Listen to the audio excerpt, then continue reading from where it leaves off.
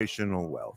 We asked our communities, and this is what they had to say. Generational wealth is having financial security and not having to worry about it for yourself, your immediate family, and future generations. It's a very elusive idea to me personally because it's not something in my immediate experience, and it's only something that I'm learning about a little bit more in theory and knowing or trying to know if that's like a real possibility for someone like me. This campaign to create awareness to generational wealth is brought to you by the Department of Neighborhood's Generational Wealth Initiative, the Washington Housing Finance Commission, and Rainier Avenue Radio World. Create your generational wealth for you and the future of your families. Hello, listener. What's important to you about what's going on in your community? Are you interested? Are you concerned? In any case, I invite you to tune into my show, Seattle Here and Now, on Rainier Avenue Radio World. Why? I will be covering a wide range of topics important to you and impacting the community. Each show will have a special guest or guests to share with you information on a variety of subjects that are happening here and now in Seattle. I promise I will work hard to make my show informative, interesting, and entertaining. Be sure to listen to Seattle Here and Now on Rainier Avenue Radio World. And welcome to our live studio audience for another exciting edition of Did You Know? And here we go with round one. Did you know? The COVID vaccine is free and easy to get. You don't need insurance or an appointment to get your vaccine. Vaccines are available at many locations near you. And now we're going to double the value. Did you know? The COVID-19 vaccine is always free of cost. You can visit pharmacies, community health centers, and other health providers in your neighborhood. And now for the lightning round. Did you know? The Delta variant of COVID is a mutation that has health experts worried because it's twice as contagious. Then for our finale. Did you know? The best way to protect yourself from the COVID Delta variant is to get fully vaccinated. Get your vaccine today. Find out more at kingcounty.gov/vaccine. Did you know?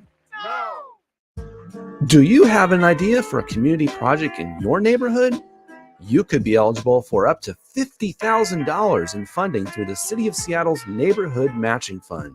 Grants are awarded to grassroots projects that build stronger communities, with an emphasis on projects led by impacting Black, Indigenous, and people of color BIPOC communities. To learn more about the Neighborhood Matching Fund or to see if your project meets the criteria, visit seattle.gov/neighborhoods/NMF. You are listening to Rainier Avenue Radio, your community radio station.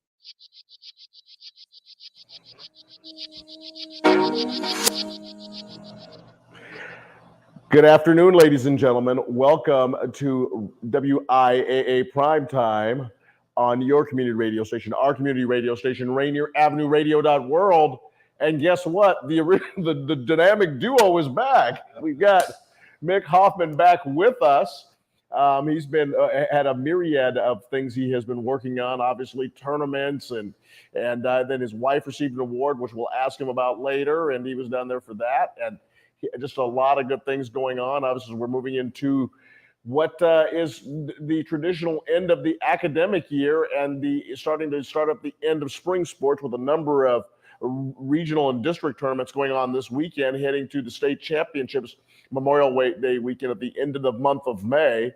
And Mick, let me tell you something. Whether you're on Rainier Avenue Radio or whether you were up in Shoreline watching baseball last night, whether you're probably down in Vancouver and some of these different cities that you travel to, it's been warm in the Pacific Northwest. Yeah. The rain's gone. Of course, when we started the show back in October, we had a little bit of a warm spell, and then it kind of went into our normal weather. And boy, I didn't think we were going to come out of it. I thought we were going to get rain and cold throughout the month of May, but something switched. Mick turned the weather button, and now we have some great warm weather, and it's just in time for spring sports. Welcome back. It's good to see you. Your talented staff was here, and we had an opportunity to spend some time with them and discuss things that are going on in the WIAA. And we've talked about this before, but you can really do a lot of things, especially when you are small staff. But your staff, boy, they really have some vision, and they have the ability to take projects and work on them. And we really heard about a lot of wonderful things going on. Yeah, I mean, we pride ourselves on being innovative and kind of being as creative as can to meet the goals and needs and provide opportunities. And, Mike Colby's did a really good job hiring before I got there. And I feel like we've done a good job supporting that and continuing that process. So, we know at some point we'll lose some people, because when you hire good people, you lose good people, right? But that's, we've got an awesome staff. Mick, Daniel and I got to see a Metro League Championship baseball game last week. We got to see two outstanding pitchers, one at Garfield, one at Lincoln High School. Really competitive baseball game there. The baseball's starting to pick up. Obviously, the city of Seattle is known for its track, and actually track throughout the state is so strong. And then golf and a variety of other sports. Spring sports are starting to take over, and like I said, the warm weather just in time. Tell us about some of the venues that we're going to be looking at as we come up for the spring tournaments. Yeah, we got some exciting new venues we're going to use. One track, small school track's going to be over there at Eisenhower High School at Zephyr Field in the Yakima School District, and it's a phenomenal track facility. I mean, they built that thing to host state. One of their goals was to host a UW or Wazoo type meet or a state meet, and so we're able to bring that to them. So we're excited for that. I know our participants, it'll be a special event for them. They have a huge reader board on the end, video, and so it'll be something. So that's a great one. We're working with City of Bellingham and Everett to host 1A, 2A, 3A, 4A baseball. So we're going to be on some pretty nice fields there, and then the Bees get to play at Afraid on the east side. Nice. Who put in a new one. And one of our goals is to bring our events to communities that want them. And Afraida, who would think Afraida hosting a state one? And schools are excited to go. The school district is really excited to show off their turf field out there. And so, so I think our students we have really nice fast pitch facilities. I mean, that's a significant sport. You watch what UW does in general, but just through the high school ranks and the travel leagues. And so we have a lot of really, really nice fast pitch facilities. So Mount Tahoma is, locked in every year. They do a great job running the event. Dr. Garcia and the school district are good supporters. So we're really lucky in the spring because we need about almost 36 sites. You've met our staff. It's a staff of 12 plus one intern. So we're relying on. Thanks to that intern, by the way. He's a paid intern. He's I like that. He's gold. No, I don't want anybody stealing him. But so it's a great time of year for us. It's doing everything on one weekend is scary because again, we can't be everywhere. So we're relying on our partners.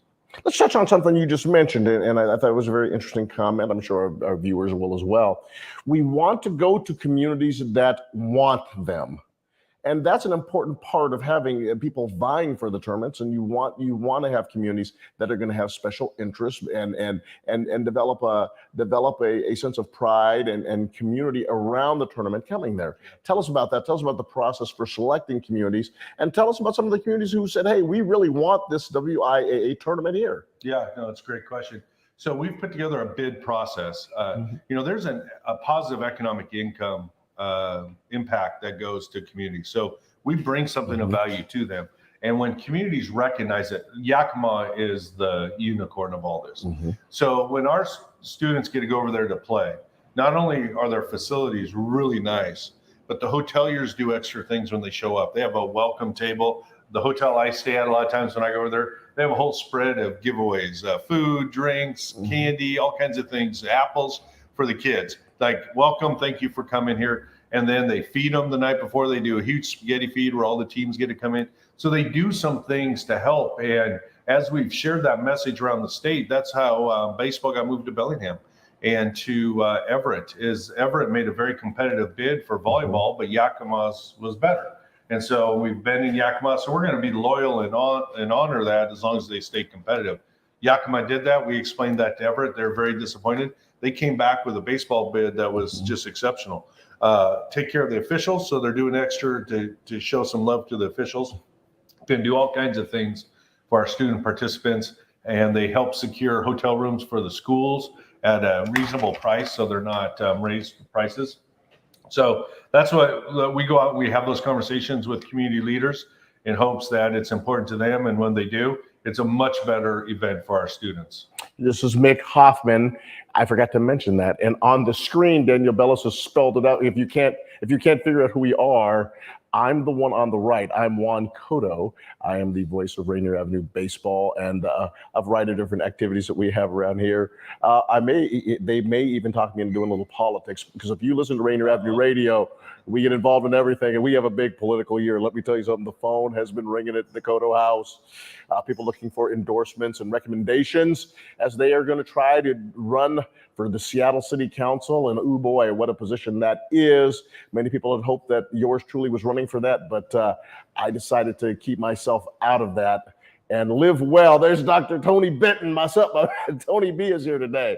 And then obviously to the left, as Daniel has on our screen, our executive director, Daniel Bellis. He's also the key grip. He is also the executive producer. He is also the producer. Daniel Bellis, he has Mick Hoffman to the left, and I am to the right. And we're on WIAA Primetime, and this is our attempt at really reaching out to the community and talking about the stories that we tell, and many of the stories that we tell are youth in our community and youth through athletics. And Mick comes in on a weekly basis, and when he's not here, he has a very, very talented staff that come in, and we talk about some of the issues that we deal with in youth athletics. And Mick came on back in October, and that was obviously the very fun and as the traditional start of the school year in the United States, and it was full of optimism. And now, Mick, the kids are these young people, they're getting ready with the skills that they've developed through athletics. They'll be graduating here in another month from schools throughout the state of Washington. And what are some of the valuable skills that they're going to take away with as they leave, these seniors in the class of 2023, as they go out and they approach and take their rightful place in society? More of them will go on to, some of them will go on to education and continue their academic careers, but others will join the workforce right out of high school, and they will take their rightful place in society and start to earn. Tell us a little about what your thoughts are, that if you participated as an athlete, what you're going to be taking with you. You know, a lot of it is the soft skills that are hard to teach academically. One, you got to show up every day, right? You show up every day for work, or people want to be calling your phone, right? Tony B shows up every day to work. He just came rolling through. So one, in sports, you got to show up if you're going to play, right? The other thing is you got to keep getting better, because somebody else is going to take your spot. So, you know, we worry so much about competition, winning and losing, but really it's competition in keeping your spot. And then the other piece, the people who really aspire to greatness, they're competing with themselves to meet their potential, with the understanding, you know, I probably can't throw or hit a baseball nearly as well as you. If I could be your teammate, we could play together, right? There's something else I could do. And so I need to get as good as I can and not worry how much better you are than me. I just need to focus on what I can do. And when I get to that level where I think I'm maxed out, then I need to find a niche or a place I can work. So I think that's just the daily skills that in any job, doesn't matter, you know, what the job is. The other piece is, and our community probably needs this more than ever globally, is we give the opportunity to fail publicly. And you think about that. You know, you talk about running for office and all that, you put it all out there, and there's this vote, August, November, depending on the election, and there's a winner and there's a loser, and you've poured it out, you poured your heart into that campaign. We got to deal with that. And do you just go away, or do you work to get the next one? And, you know, we're talking middle school, 12, 13, 14 years old, high school, 16, 17, 18 years old, where they're failing publicly. And not just for the people in the arena or at that field, but we're putting them on TV now, right? Streaming them, the radio's covering them, people know their names. And so we have to be able to not only give them the opportunity to go out and compete and win, but also teach them how to deal with failure as well as success. Because again, we all make mistakes.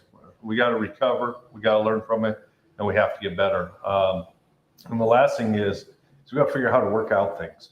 You know, we have these opposite extremes and pointing fingers, and no one's coming up with solutions.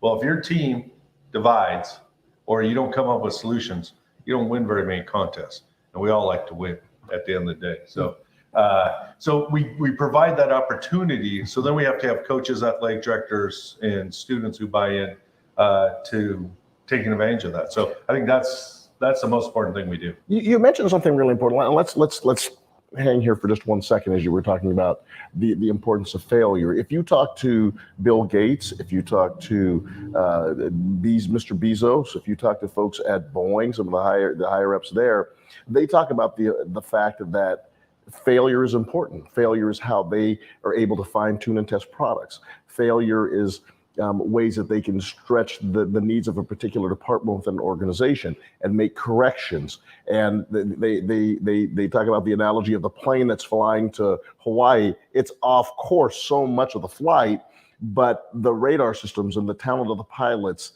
and the folks on the radar that are helping them get to that, help them take the failure and get them to the point that's necessary. It seems to me that we as a society have almost tried to eliminate failure. Yeah. Failure is important, and a loss at sometimes has very, very valuable lessons. Obviously, you don't prepare your team to lose. You go out and would do everything to win. Of course, Vince Lombardi had the famous statement that winners and losers are just the same. One's more self-determined, but that's an interesting comment in itself. But like you said, failure is something that it's a byproduct of competition, and yet one that it's not embraced, but it's an important part of it.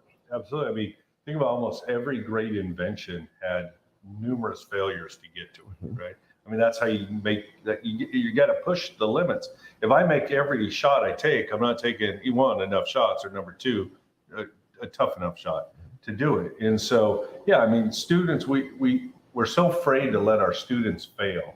They're not as brittle as we think they are. You know, they have a lot more grit. We use the term grit and perseverance. Well, how do you develop it? It's, you fall down, you skin your knee, you get picked up, you get loved up, you clean it up, and you go off and you run again. And you just a little bit more careful. You're watching for the curve the next time. We can do that in sports without it being a traumatic incident, a life or death incident. But we have to allow our children to fail in the moment to succeed for a lifetime. And I think we're so worried about right now and what that's going to look like, what people are going to put on social media or whatever, they do with it. And we forget the long term, what we're supposed to be doing for our children. This is Mick Hoffman. He is the executive director of the Washington Interscholastic Activities Association. And he is sometimes a philosopher. He is sometimes a arbiter. He is a judge. He is sometimes a psychologist. All the time he is working full tilt down in Renton, Washington, making sure that our student athletes have the best possible environment to participate in, to create this incredible exercise that we talk about in regards to athletic competition. He's doing that.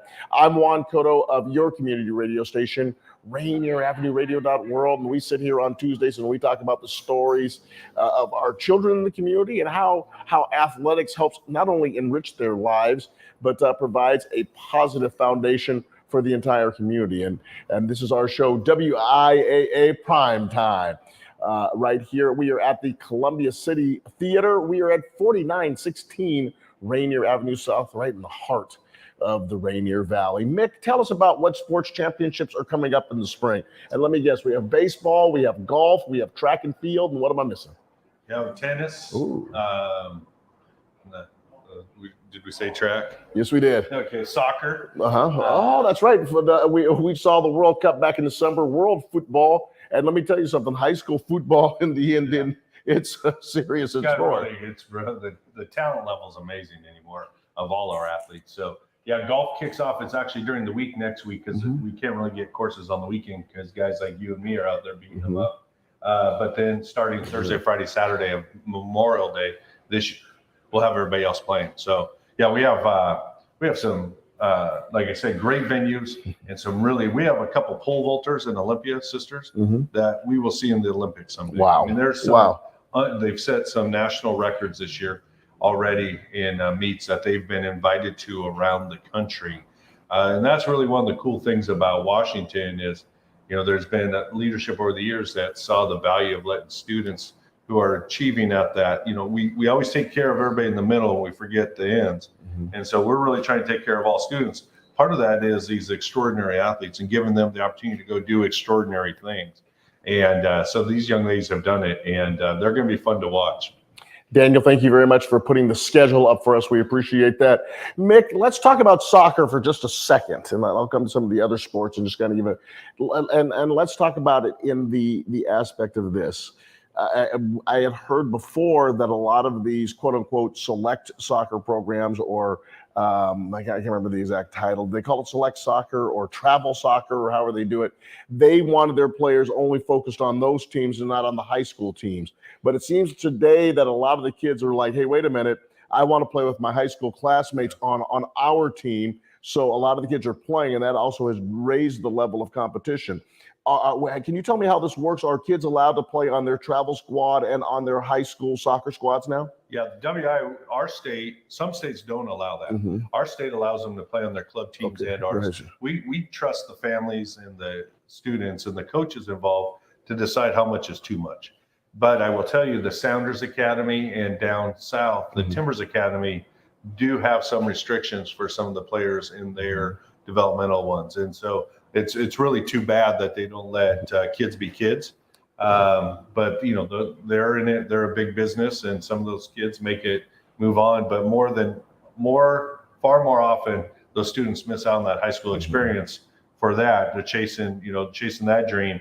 So again, life's about choices, lessons learned, and for some of them, it works out great. And for some of them, they miss out playing with their high school teammates.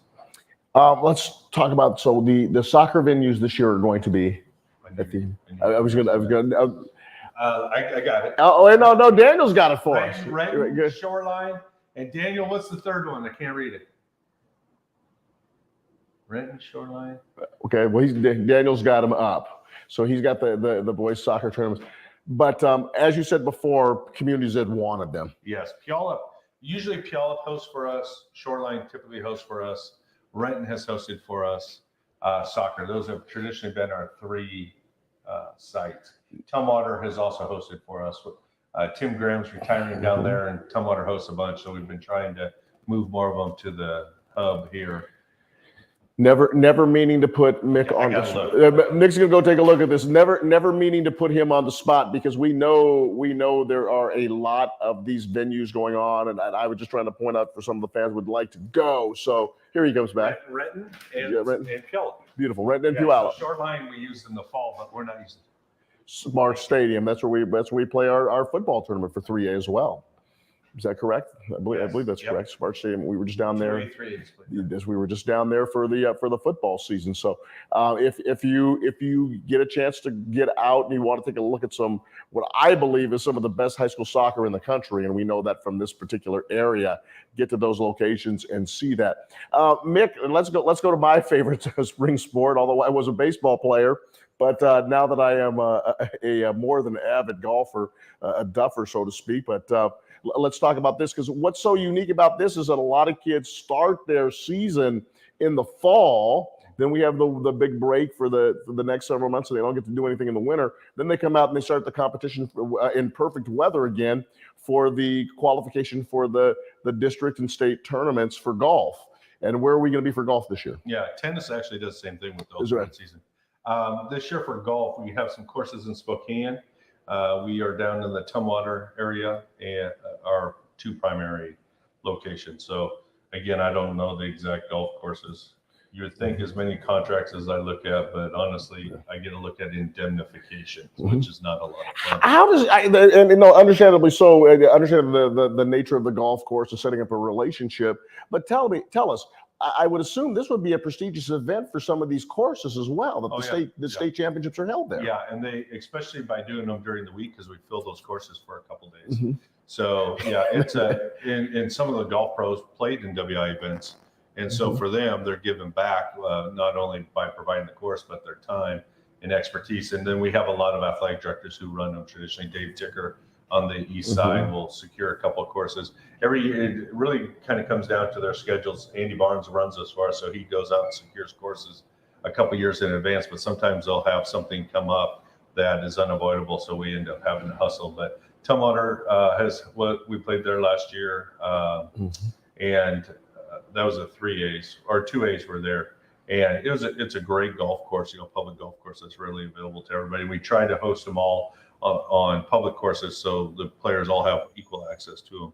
even if they're out of area, they can at least come over and get some practice rounds in. So Tri-Cities has hosted some at Columbia Point for us as well. So we're spread out around the state. It is just thinking in my head, if there was a sport that I wish I could have played again in high school, it would be golf. I mean, I would just love to. I would love to. And I bet the young man who won the 3A championship from Mercer Island last year, he's a baseball player, really nice kid, picked up golf, oddly enough, during the pandemic. He picked up golf, and he's good enough to win the state championship. But hopefully I get a chance to be on the course with that young man. But Mick, have you ever thought about the sport of all the sports you didn't play, is there one that you wish you could have played in high school? I got to play basketball, football, golf. Baseball, I couldn't hit a curveball, so I wish I would have stuck. Never stopped me. I wish I would have stuck with that. But golf took place of that. Probably track would have been one I would have liked to have tried more. Looking back, I wish I would have dabbled more. Basketball is my primary sport, so everything revolved around that. And so, yeah, I didn't do cross country. That would have been fun to experiment with a year. I was little when I was in high school, so after my freshman year in football, I was the smallest guy around. So I got out of that and just kind of played around. Kids, if you're wondering how to hit the curveball, take it from a man who's been there. Lean your shoulder over the plate and take it on the shoulder. That's how you hit the curveball. No, just looking forward to the events, and golf, always one that's fun, and obviously boys and girls participate in these events. So one of the sports that I think is played at a very, very high level, no matter what the gender. And I know there's been some outstanding female golfers in the state of Washington who've gone on and risen to glory at the University of Washington and Washington State, and certainly professionally. So get out and watch some of the golf, and trust me, you'll see some outstanding talent there as well. And then, of course, baseball and tennis we've covered. Just exciting all the way around, just to see the culmination of events and the competition, as you said. Kids getting to compete with their schoolmates at a very, very high level. Yeah, absolutely. And tennis is another one that it just shocks me, the quality of play. So we get some really nice venues for that. We're going to be back in the Vancouver Tennis Center down there. We're going to be up at UW again. Andy does a good job securing the east side, and the Tri-Cities has some phenomenal outdoor courts with an indoor facility that they move into for the semis and finals. So, that's you got a chance to meet Andy Barnes. I think he has events going on at 11 sites simultaneously. So imagine that. Mick, the sport that is the easiest, that it looks the easiest to play on television, obviously we are now speaking the day after the Kraken were eliminated. Hockey looks so easy until you forget they're playing on skates. Yeah. It's the most amazing sport. I think they're phenomenal athletes. But I think tennis and golf are the two most, they look the easiest on television, or they look easy on television, and I think all sports look easy on television. Football, by the way, does not look easy on television, and it's not easy in real life. But tennis and golf look easy, yet they are so difficult, and the kids are such tremendous competitors at those two sports. Yeah. I mean, tennis, you think about all the different shots you have to hit. You're constantly moving. You have to be in phenomenal condition to play, be able to hit a backhand in every other shot. And golf is just a very unique sport. I mean, you're using different clubs, you got to adjust. You're always playing on different courses. Different adjusting for speeds. Nothing's the same. Basketball, it's always 10 feet, right? Yeah. You're shooting from 19.9. I mean, you know your dimensions. You can practice that anywhere. But there's a lot of variables, indoor, outdoor, different types of surfaces. So it's you got to give to, if people don't get out, I mean, just to watch, to truly appreciate, you're really missing an opportunity. This is Mick Hoffman. He is the executive director of the Washington Interscholastic Activities Association. I am Juan Cotto, radio personality and voice of baseball on your community radio station, our community radio station, Rainier Avenue Radio.world. We're going to take a quick break, and we will be back right after Daniel tells us to come back. The community radio station will provide you with more information. Rainier Avenue Radio.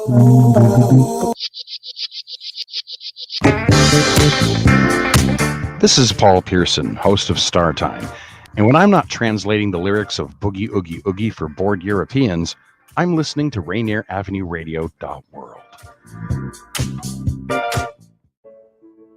COVID-19 hurt my income, my health, and my family.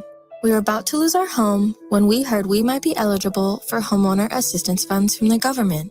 We called 1-877-894-HOME, and a housing counselor stepped in. They talked to our lender and saved our home. Because falling on hard times does not have to mean losing your home.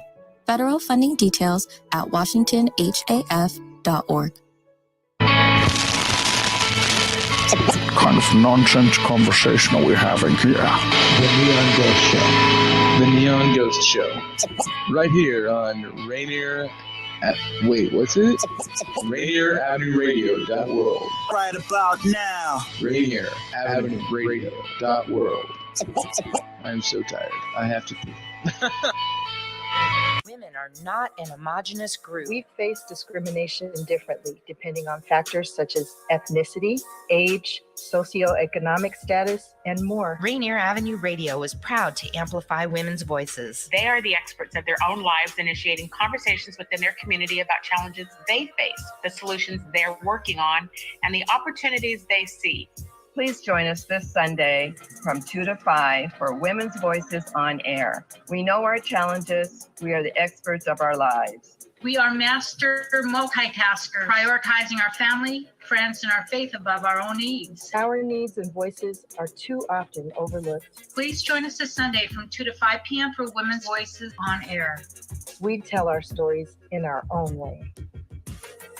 May is here, and Rainier Avenue Radio.world will be celebrating Asian American, Pacific, and Hawaiian Islander Heritage Month all month long.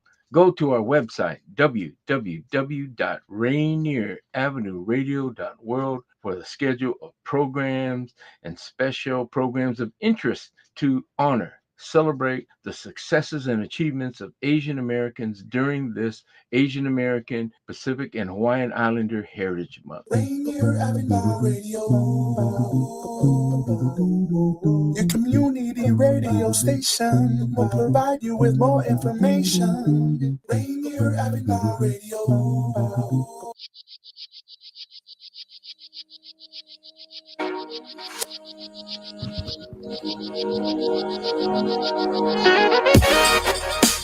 Good afternoon. Good Tuesday afternoon to you. Juan, Cotto touching bases with you from the Columbia City Theater, the historic Columbia City Theater, 4916 Rainier Avenue South. And the gentleman to my right on your screen to the left is Mick Hoffman. He is the executive director of the Washington Interscholastic Activities Association.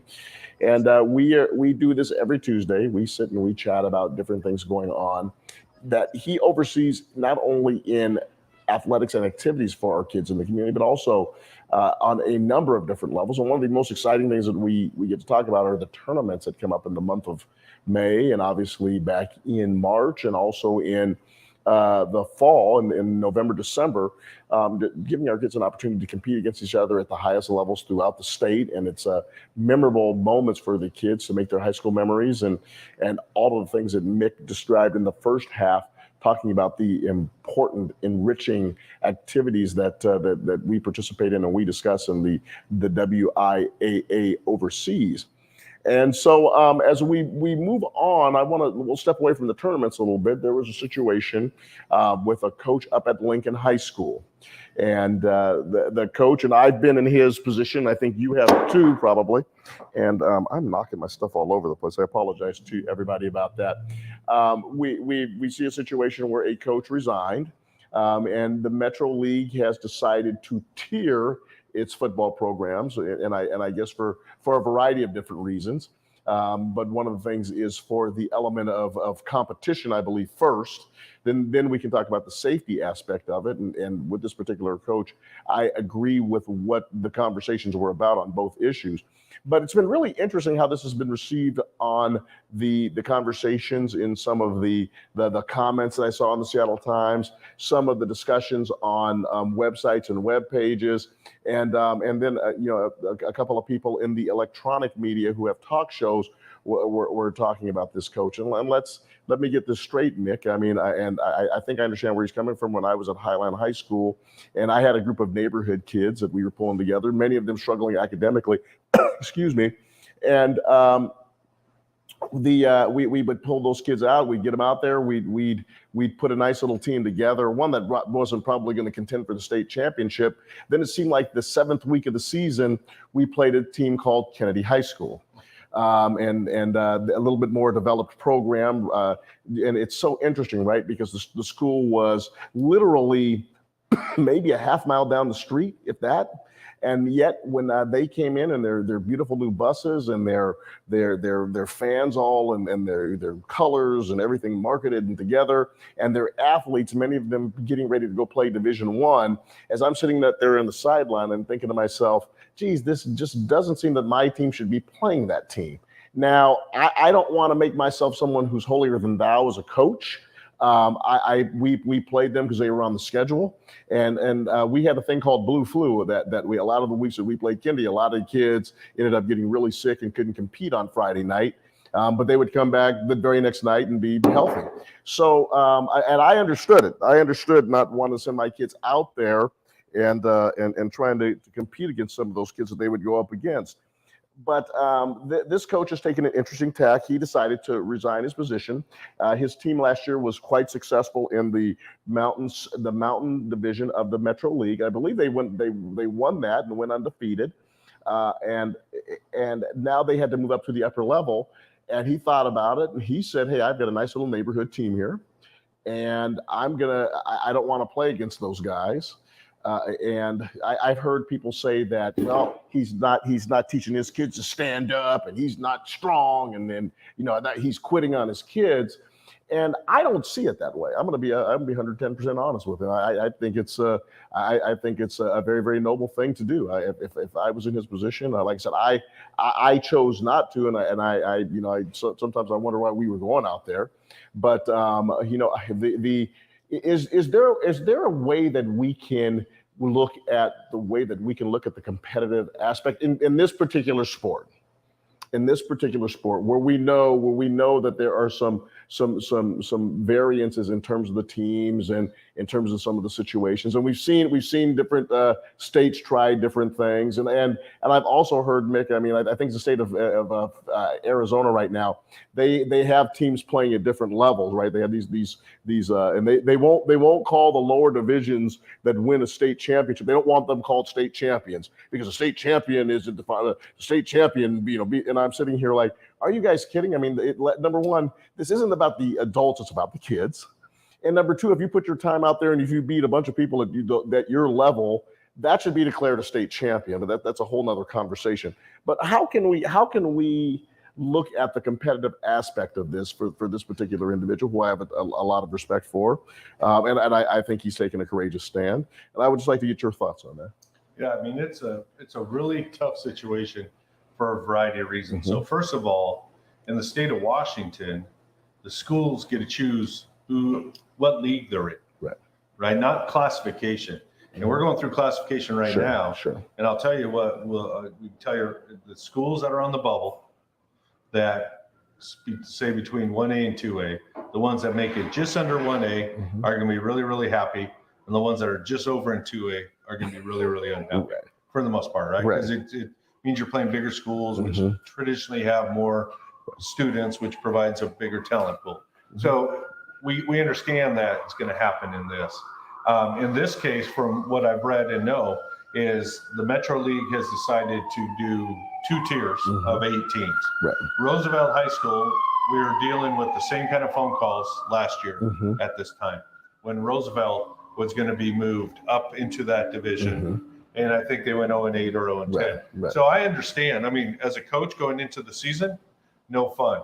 I don't know the coach to judge his actions. I know his son graduated, so I thought, well, maybe his son's going to go play somewhere and he's going to go watch his son rather than the coach. I also understand, not wanting to sacrifice so much time if you're put into a position where you really feel like you have no chance. Like, I get that. At the same time, same kids are probably going to be playing, and it sounds like they love their coach. So it's kind of heartbreaking to know they're not going to have it. Right, wrong, or indifferent, that's, I can see that issue. So what we see around the state more and more is creative scheduling. Like, So, Pat McCarthy is on our board. He's actually the board president who hired me, right? But Pat and I don't always agree on everything. On this one, he's like, hey, I'm looking for ideas because I shared with him we'd gotten some concerns. One of the things we do at WIAA, if we get concerns either way, we're sharing them with people because we need the people who can make the decisions to find the solution. And, the Metro League would have options. They could take their top 5 or 6 teams, put them in their own division, and say you play each other, twice. Or they could try to find another league to pair up with and play some crossovers to fill their schedule. Because in football, it's hard to, you got a schedule. If you have an odd number, that means you have a bye all the way through. Sometimes that's hard. So you got to be really creative and go out, and you have to have other people who want to play for you. Now, the flip side of that is these other teams maybe don't have to play the traditional powerhouses, but they also then have to give something up for that, which might be access to postseason. So you're okay playing in 3 divisions, giving the top division, say there's 5 teams in it, right? Okay, 5 of our 7 allocations go there. The other 2 go to the next division, and the ones that don't want to play any of those teams because it's overwhelming, right? You don't have to do it. That's one way a league could solve this if they want to. That's a pretty radical change, and you'd have to find partners to cross over and do all that. The other option that some schools have done, we did this when I was down in the Vancouver School District, because for Vancouver, we went independent. And we just said, you know what, we're going to withdraw from the league. Now, the tricky part of that, the way the rules are written, is your number of state playoffs is based on, it's a math formula on the number of teams you have, proportional to the state, right? So if it's in football, a 16-team or 3A, 20-team tournament, then you get, we take those 20 divided by the number of schools and add them up, and that's the math. So if a team leaves your league, you don't get a count towards your allocation.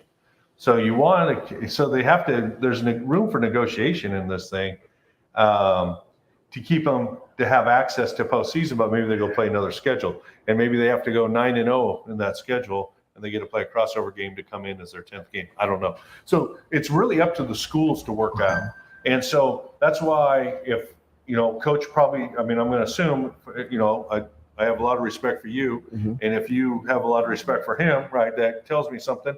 And so I'm assuming coach got to the point where he felt like there was no hope. And that was he needed to do something for himself and for his team. But if there is still the opportunity to discuss, which according to Pat, he's open to conversation and creative ideas, like let's get innovative and do this. And with all the people involved, I would think. And, Monty at O'Day, he's not going to want to play Eastside Catholic twice during the year. So let's go find something else. But the NFL does it within their division. Well, but that for coaches like that, and I want to be as careful because I don't want to open up too much of a can of worms. But for a coach at a school like Lincoln High School, for example, and he brought up the fact that he's got a group of neighborhood kids, and he got these kids because they were in the zone for school, and he's got these kids, and he goes into the hallways and he shakes the trees and he brings them out and they go play. We understand that there are kids who go to O'Day High School. We understand that kids that are going to Eastside Catholic specifically to play football. Now, how their tuitions are paid is not correct. Thank you. And I'm an O'Day graduate, so please, before the people start firing off questions at it, I'm trying to be transparent here. We know it's for academic reasons, but outside of as a secondary and a tertiary reason, they go there to play football. Why could the state, with all of this technology that we have and these ways that we've now ranked teams via computer, could there be a way that we could get teams matched against each other and have them play and I believe it's Arizona, they have kind of an elite league and they have a secondary league and move down where teams are of appropriate skill sets are playing against each other. Yeah, they have open division in Arizona as well, or California. There's a few states that have gone to that. Yeah, we just need this membership to say that's what they want to do. Remember, the rules are made by our membership. So if enough people want to do it, great, we'll do it. I think it'd be phenomenal. I mean, could you imagine having the best teams automatically paired out? I'll tell you, though, it's not quite that easy. Oregon this year, so they have a 32-team playoff. So the way their system works is number 32 would travel to number 1 to go play. How do you think that game went? right? I would assume it was number a one. blowout. Right. So they said, you know what, this is a waste of time. So let's do this. We're going to have 16 in our state championship, and we're going to do 17 through 32 in what they call the Cascade Cup, almost identical to what you said. Right. It's not a state championship. You're playing for the Cascade Cup. So how does this play out? 1 and 16 play each other. What do you think happened? There in was that a game? blowout there. 16 now got lumped up. 17 and 32 played, right? 17 probably won. So what they found was 16, 15, 14, 13, who normally went down and played and won, now lost. Right. Their season's over. 17, 18, 19, 20, who are considered lesser teams, talented teams, won and played 2 or 3 more weeks. So it's not as easy. You see what I'm saying? Yeah. So that's what's complicated. It's like, what's our goal? So it should be, that's postseason. But during the regular season, we should be able to figure this out to where we have competitive games. The 2Bs in Southwest Washington did this a few years ago. I sat in and listened to the negotiations. I was a board member at the time, so I was just observing. And they went to 3 divisions because they have a half the state of 2Bs down there. And they said, okay, this makes sense for this team to be here. Because girls basketball is another one where we see a lot of lopsided scores. Boys basketball to some extent, but girls basketball. So they divided up kind of by geography, but more by talent, traditional talent. And then they allocated their state bursts proportionally to that. So not everybody got the same amount of bursts. So, if I'm a lower skilled team and I don't want to get beat up and running clocked, then I got to give something up to that. Like, it's not fair for me to get an easier pathway because the postseason is really about the best of the best playing. And so you have to compromise. And that's what I'm saying. Like, we have the right people out there. It's just we got to get them at the table working on this. No, it's interesting. Let me go through over some of the comments that people have directed at me. Okay, because I want to get your thoughts on these, and some of them are borderline racist. Some of them are borderline delusional. So I was talking to a really good friend of mine, and we were having this conversation, and he says, "What's the big deal? Rainier Beach comes down and beats us in basketball. They beat us, and it's not that big a deal." It's just kind of like, well, because it's the football, and Daniel and I also did a baseball game. We did Rainier Beach versus Ballard. Ballard came down there and beat Rainier Beach down here at Rainier Playfield, as a matter of fact, 30-3 or 30-2 in baseball. And people are like, well, they do that to everybody in basketball. So why when they get blown out in baseball, it's a big deal? To me, that's a poor argument. Yeah. Well, there should be a competitive balance, and also with the sport of football, it is physical, by the way. Yeah, I agree. I mean, we shouldn't just accept it. That's the answer when you can't think of a solution, right? Like, just accept it. That's the way it is. I mean, we've done that through our history of our country in a variety of ways. It's unacceptable, right? Like, we got to find a way. We can work at this and fix it. So is it going to be a perfect system? No, but you should be able to do it. But at the same time, it's got to be built on compromises and reality. And then the best teams go to the postseason and play. So we see schools, I talked about Fort Vancouver going independent. We have some schools that choose to petition down into lower levels and not have access to the playoffs. Like, they're just saying, look, we just want to get our 9 or 10 football games in. Teach our kids how to play. I mean, in Lincoln's, it's a relatively new high school. They've had success in some sports, but football's a tough sport. That's a numbers sport, right? That takes longer to build. So the fact that they're doing as well as fast as they are tells me a lot about the program and the coach. But again, to build it up and then be potentially looking at what happened to Roosevelt, I understand the angst. At the same time, Pat's trying to take care of all his members in the league. So that's where all the people at the table have to say, okay, we get it. Yeah, you're right. We don't want a 50-0 game. If I don't, I have no idea the talent coming back in those schools, but we don't want a 50-0 running game. That's no good for you, no good for us. So here's the deal. We don't have to play you, but you also aren't taking one of our playoff spots, right? Is that worth the trade? Again, give and take. So it's the only way these kind of issues are going to be resolved. And those are tough conversations. Let's talk about the integrity of the coach, because there's a radio guy who, I won't mention the radio station, and this gentleman and I have exchanged some things on Facebook. If he would like to have a cup of coffee with me, I will meet him in the front of the McDonald's to have a cup of coffee. I'll meet him in front of the Starbucks, and just to let you know, if you want to meet me in the back of the Starbucks, I'll meet you there too. But the bottom line issue is, he said something that I found quite intellectually challenging. He said that this coach is quitting on his kids, and he's not standing up and showing his kids how to fight, blah, blah, blah, blah, blah. The coach in question, he discussed the injury factor. I think that a lot of other coaches would mention a lot of other factors, but then you open up a Pandora's box into this particular sport.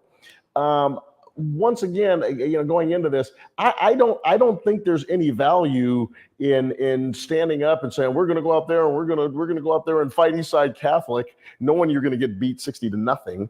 I don't find any value or any honor in that. I was just wondering about the responsibilities of a coach. If he doesn't feel that that's fair, is it noble or honorable for him to stick out with his players and put his chest out there and pump them up and then go out and take, like he's supposed to, like he signed up to take this beating? Yeah, I think that's a tough question. I would say, first of all, on the safety issue, we heard the same argument. That's, it's not our place in this. This is a member issue. This is a Seattle School District and Metro League issue.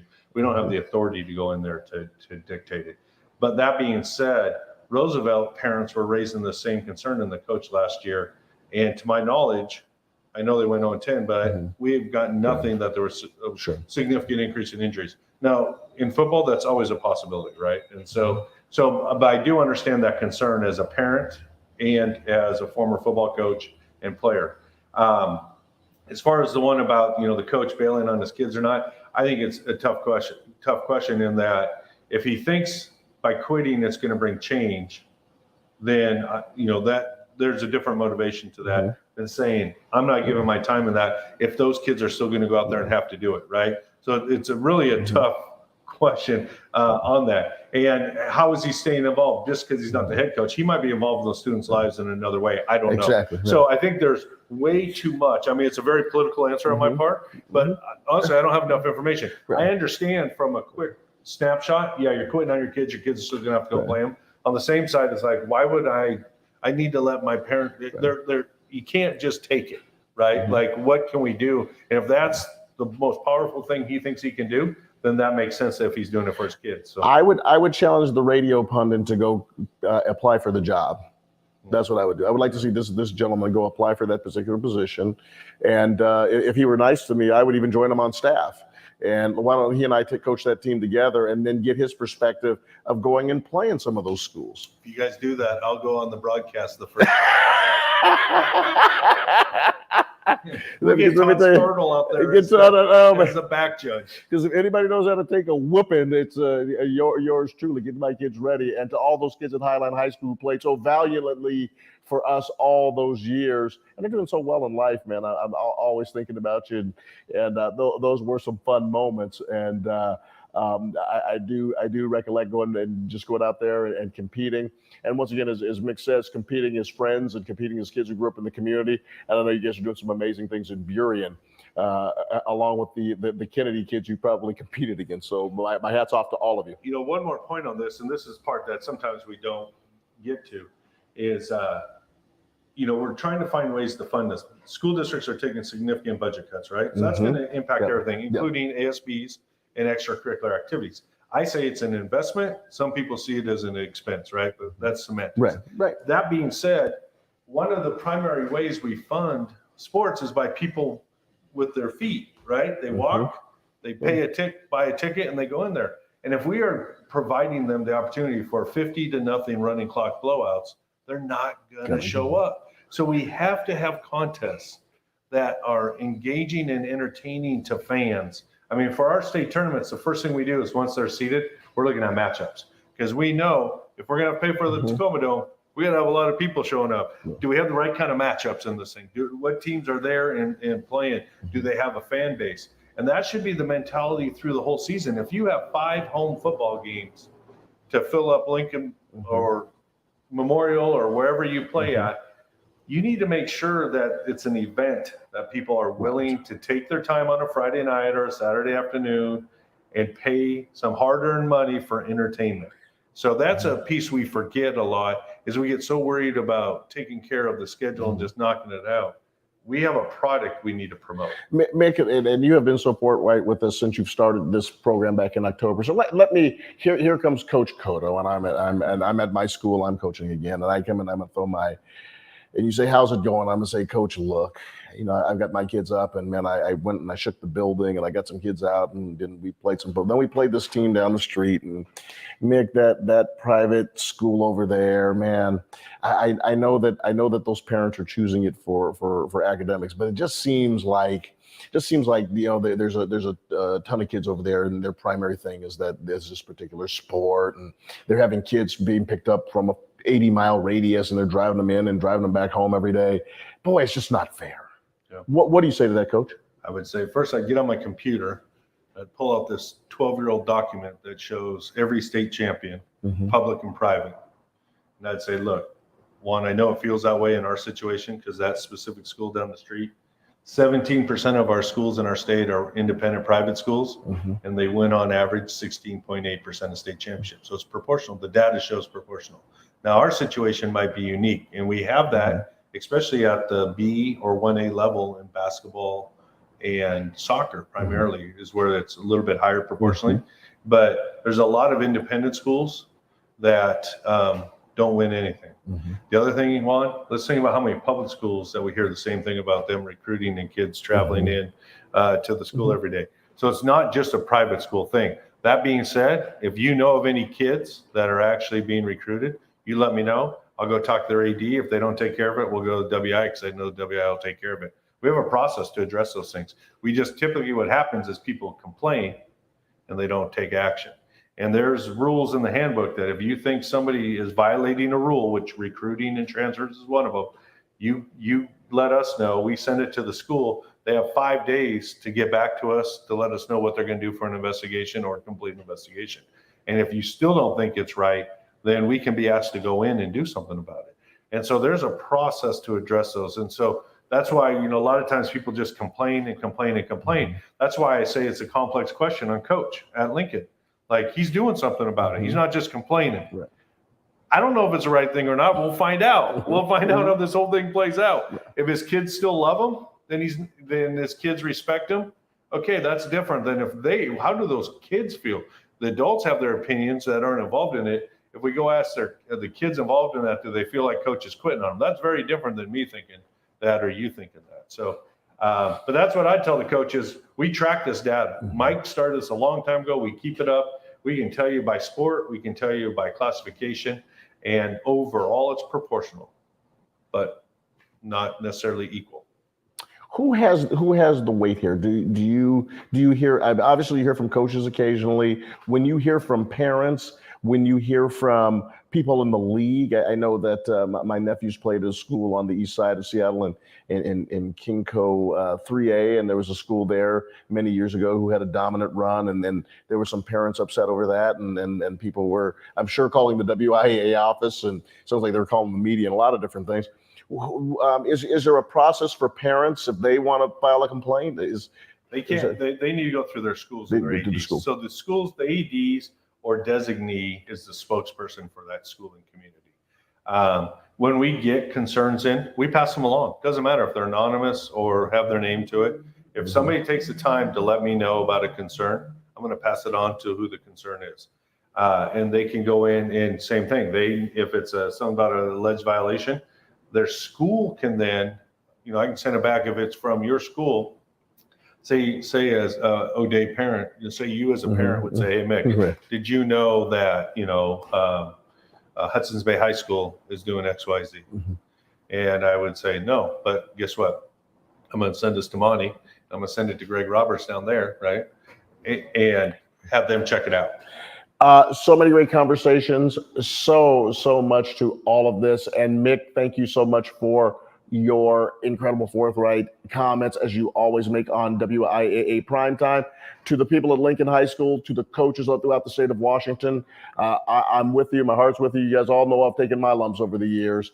And to Coach and his staff at Lincoln, thanks for all you have done to prepare those kids. And whoever steps in to that incredible booster club at Lincoln and folks who support that program, we think about you as well. So thank you. And on behalf of Mick Hoffman and Daniel Bellis on WIAA Primetime, this is Juan Cotto signing off for today, and we will see you next week.